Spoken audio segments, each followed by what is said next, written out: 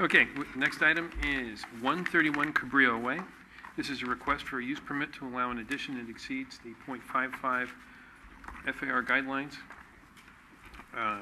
Construction of a second story with a transparent window, second story deck, adjacent to an abutting property, has a side yard of 10 feet or greater per section 12230B2, 12230B3, and section 12240B1 of the San Bruno Municipal Code.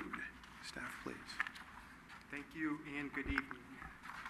As stated, the applicant has applied for a use permit to remodel the existing home at 131 Cabrillo Way. Site is located on the west side of Cabrillo Way. It's currently developed with a one-story single-family dwelling. The existing home contains 3 bedrooms, 2 bathrooms, a living room, kitchen, and a large 2-car garage. The application calls for a first and second story addition to the existing home. The first floor will be expanded by 232 square feet to accommodate an interior remodel of the first floor. The second floor will be 553 square feet and will contain 2 bedrooms and 1 bathroom. Combined, the home will have 5 bedrooms, 3 bathrooms, and will have 2,162 square feet of living area with a 2-car garage. The project was reviewed by the July Architectural Review Committee meeting. At that meeting, the Architectural Review Committee forwarded the project onto the Planning Commission with 3 staff recommendations. Those recommendations were to include a landscaping plan, to incorporate clear story windows in the second story left side elevation, and to incorporate consistent window trim on all exterior elevations. The plans have been updated to incorporate landscaping plans. Additionally, clear story windows have been incorporated along the second story left side elevation. Staff has included a condition of approval requiring all existing and proposed window trim to match at the time of building permit submittal. As proposed, the project requires 3 separate entitlements. A use permit is required for exceeding the .55 FAR threshold. I would like to point out it's only exceeding this threshold by 3 square feet. However, a use permit is still required. Staff finds that the addition is consistent with the residential design guidelines. The second story is incorporating setbacks from the first story below, which is a common facade articulation technique highlighted within our residential design guidelines. Additionally, the addition will incorporate hardy plank siding and composition shingle roofing, which will match the exterior materials found within the surrounding neighborhood. Additionally, a use permit is required for exceeding the 44% lot coverage threshold. The proposal amounts to 49% as far as lot coverage is concerned. The intent of this requirement is to ensure that there is still active open space on the lot. In this particular case, staff finds that there's still a significant amount of open space. Specifically, there's going to be a rear setback ranging between 12 feet and 33 feet. Additionally, the home will maintain the existing 16-foot front setback. I'd also like to point out that there is a large front porch that measures 6.5 feet deep. Lastly, a use permit is required for constructing a second story with transparent windows adjacent to an abutting property that has a side yard greater than 10 feet. Homes in San Bruno typically have a setback in the 3 to 5 foot range. Therefore, we rarely see the specific entitlement. The applicant has incorporated clear story windows along the second story left side elevation, which will limit direct sight lines into the adjacent property owner's rear yard. Therefore, we don't anticipate any privacy impacts. Staff sent a courtesy notice and the required 300-foot legal notice to property owners. Staff received 1 comment, and those are written comments that we received today that have since been distributed to the Planning Commission. There's 2 specific concerns that were mentioned. There is 1 heritage tree located on site. The concerned citizen is requesting that staff inspect the heritage tree prior to granting a building permit and to inspect that heritage tree once construction is complete to ensure that the tree has not been damaged. Staff typically does not inspect trees prior to permit issuance. I would like to point out that this 1 heritage tree is located along the rear property line, probably 25 feet from the proposed expansion, and it will not be removed, and staff does not anticipate that it will be damaged during construction. Another issue that was brought up was the citizen was concerned the potential impact construction-related activities. could have on adjacent properties due to the site being located on the cul-de-sac. This particular citizen is requesting that staff further send out another mailer to the surrounding property owners informing them of this project. I'd like to point out that we did send a courtesy notice. We did send a 300-foot public notice. We did not receive any phone calls or concerns except for the written proposal or written 2 items addressed tonight that are before us. Staff will or encourage the property owner to inform adjacent property owners of the construction during our normal pre-construction meeting that we have just prior to the building permit being issued, though. Overall, staff is supportive of this project. We do recommend that the Planning Commission approve the project subject to findings of fact 1 through 7 and conditions of approval 1 through 27. I'd be happy to answer any questions that you may have. Thank you. Thank you, Matt. Any questions for staff? Through the chair. Commissioner Johnson. In reference to the tree, if that tree you found that it was diseased, would you then handle it differently than to have it remained as a heritage tree? If the tree were diseased, first we would probably want to we would want to get a professional's opinion, so we would rely on an arborist report to make that official determination. If it were diseased and the arborist was recommending that it be removed, we would request that the applicant or the homeowner follow that arborist's recommendation. Okay, thank you. Through the chair. Commissioner Peterson. These are the comments of the member of the public. Is that right? Correct. Where is that? What location do they come from?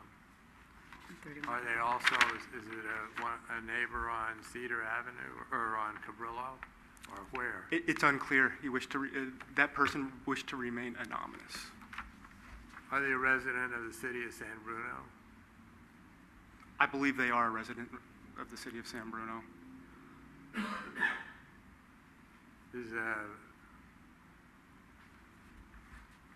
So there was no name on the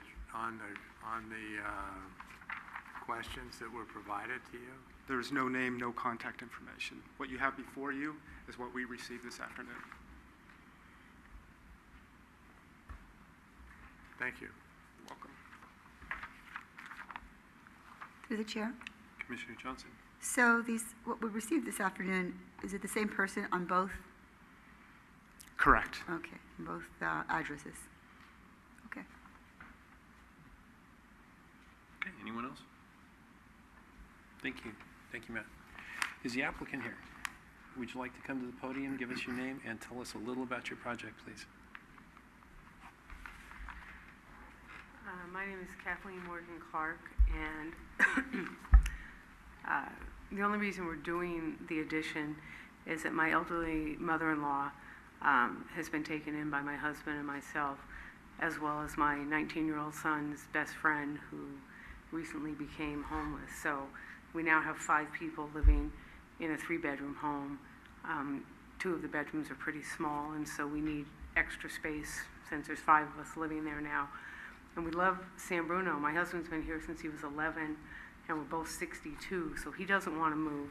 And I've been here since we got married 20 years ago, and I don't want to move. So we've temporarily, well, not temporarily, we bought a house up in the Monteverde area of San Bruno to stay in while we hopefully get approved for this addition, because we love living on Cabrillo. It's a great street. We know all of our neighbors. We've actually spoken with, I would say, almost every neighbor on the block about the addition. And the one concern was the people on the left-hand side, and we've agreed to have the clear story windows so that they don't feel impacted by our addition. In addition, the tree I think that they're talking about is most likely our pear tree, or maybe we have a pear tree, 2 plum trees, and a peach in the back, none of which we're going to take out. I make jam from them every year. So the trees aren't going anywhere. And we did have, I don't know if they call it a heritage tree or not, but it was a very large liquid amber tree in the front yard, and the city took it out because it was damaging the foundation next door, and they're going to put a new tree in. It's a city tree.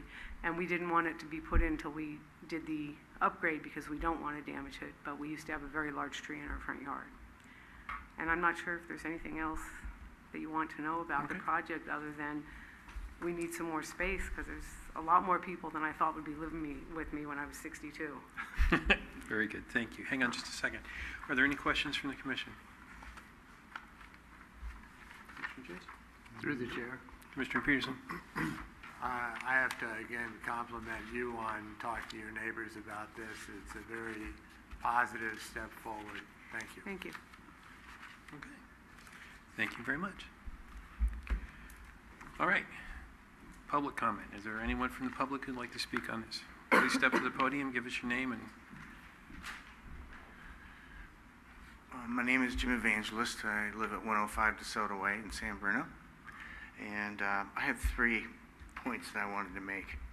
2 regarding the flyer that was given to us. One being that in your description, although I'm sure it's accurate according to building code and whatever municipal code is required, I think that it wouldn't hurt to put a layman's interpretation below it if it's legally allowed, so that people would really understand what this says. The second point is there's no plan view of the footprint of the lot and how the house is actually going to impact the overall lot size. When you just throw numbers out there, it's hard for people to visualize. And so I would suggest that if you could incorporate that on even if you required another piece of paper, a plan view of it. And then my final comment is really just my personal opinion about the development that's going on. I do applaud what you're doing to help your family. Very admirable. I've lived there for 35 years. I like the community as well. I like the style of the community that I moved into 35 years ago.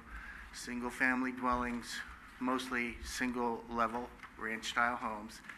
And what I see happening is everybody wants to elevate their homes. And I understand the rationale behind it, either increase the value and stuff. It's just that I moved there for the specific reason of the look of the neighborhood, the feel of the neighborhood.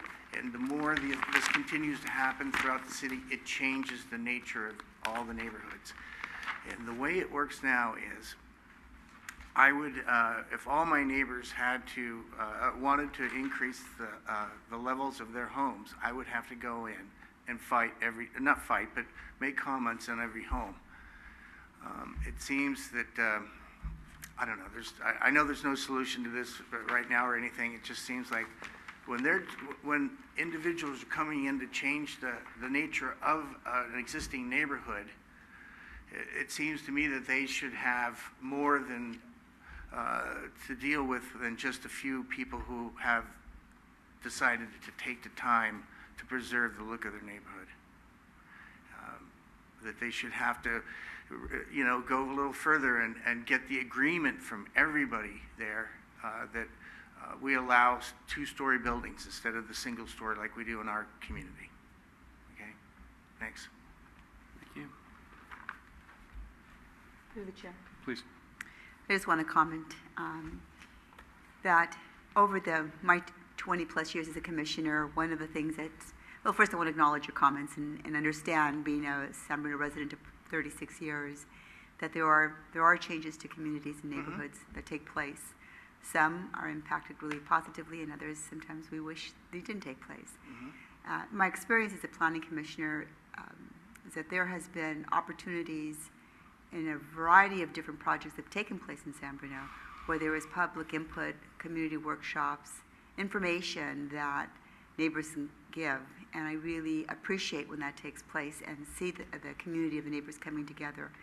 And many times, the project managers leading these workshops are giving an overview as to why there's a need for a change. Sometimes there's a very valid reason that need to change. It's not always necessarily for the an individual person, but because something might be blighted or there might be other issues taking, Yes. diseased areas, just things that need attention. But particularly when there are community workshops, I would encourage when that takes place, and on the cable television, they do provide the information of those, and your input would be very valuable to hear those pieces.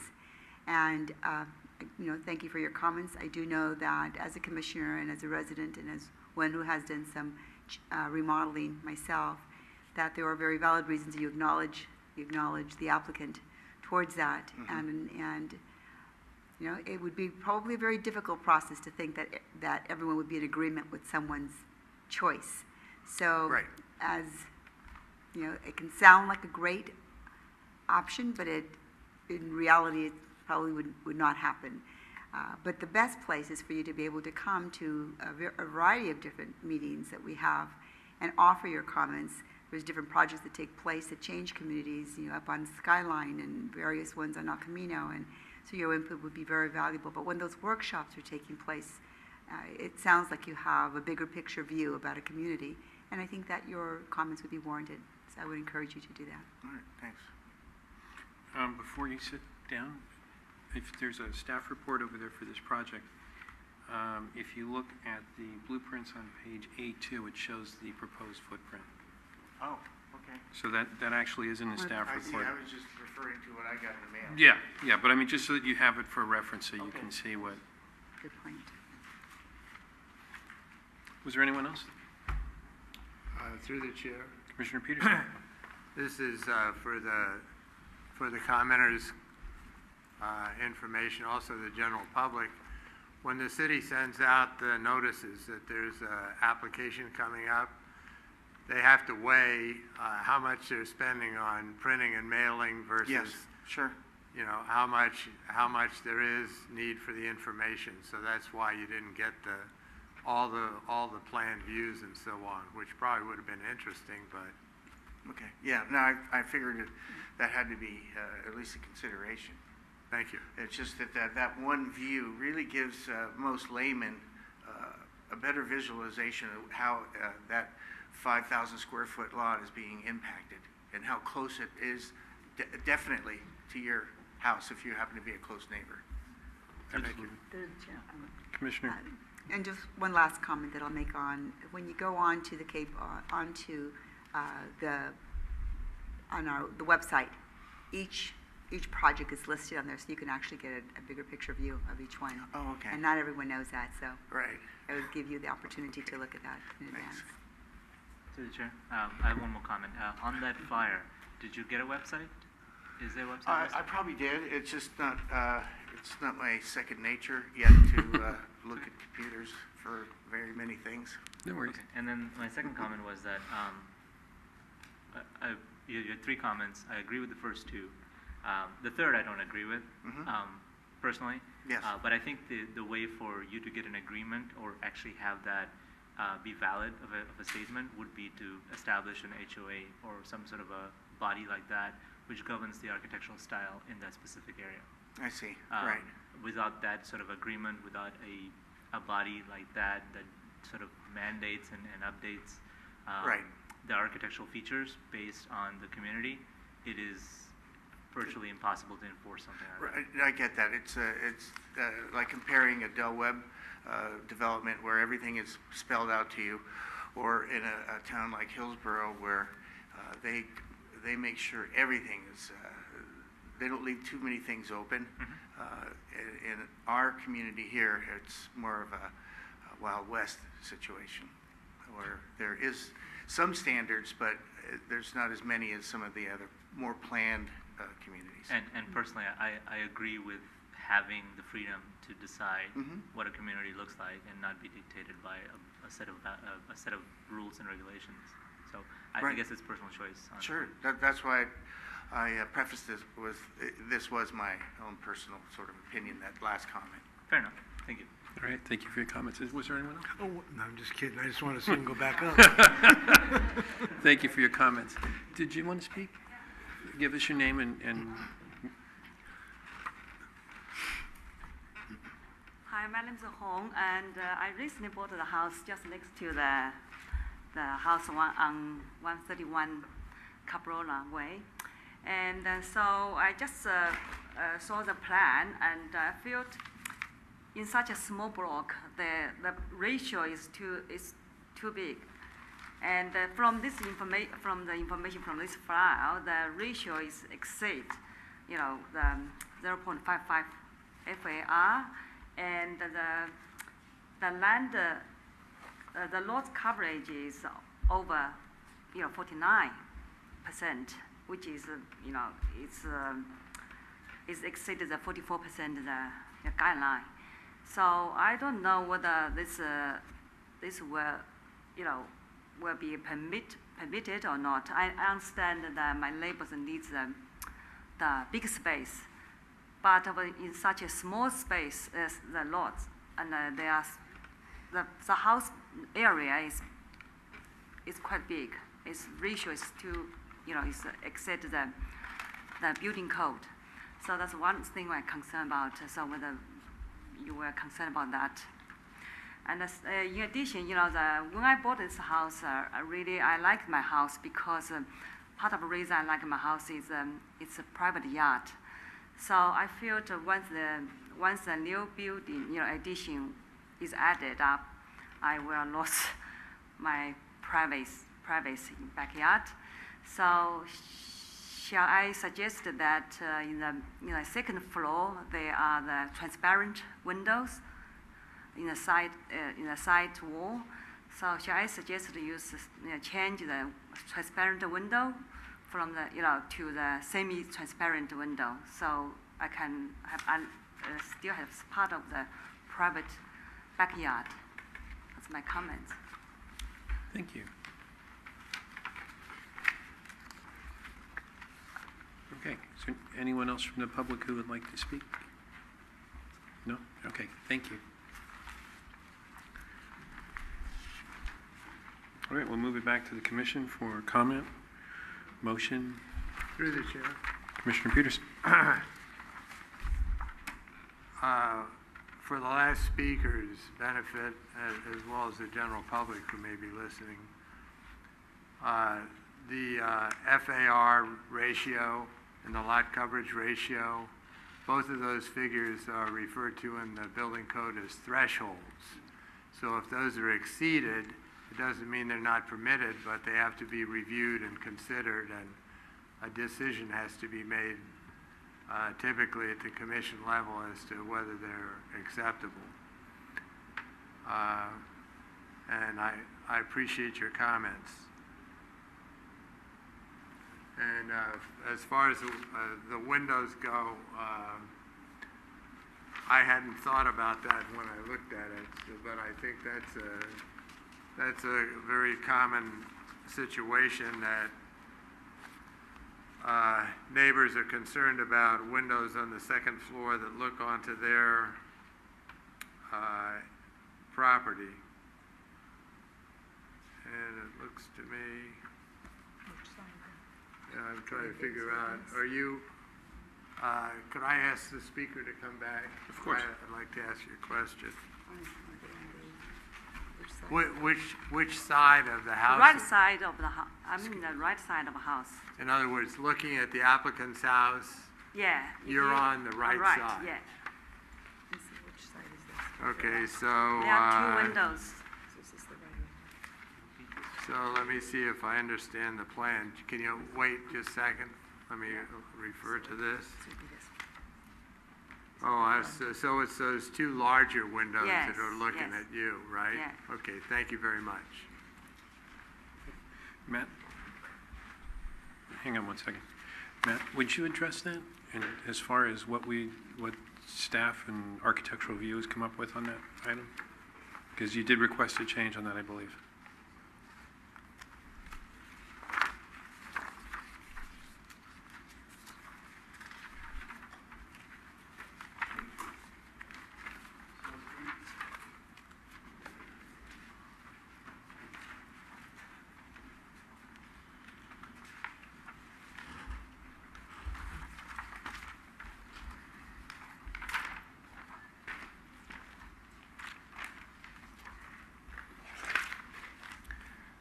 So if you turn to the plan, it's within the staff report, Exhibit C, and you go to sheet A0.1, you'll see the site plan.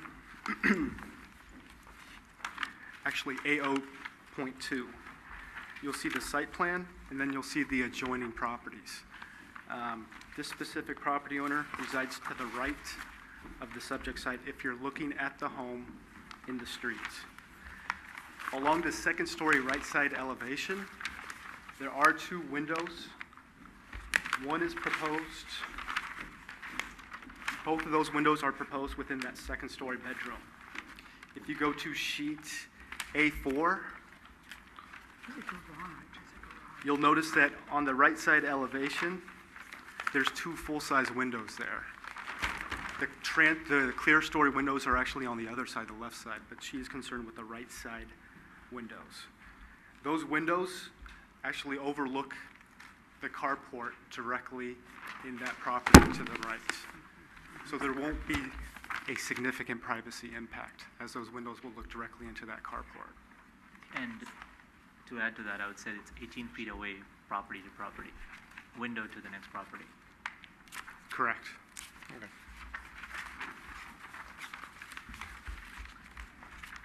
Thank you, Matt. Did anyone else have any comments, questions?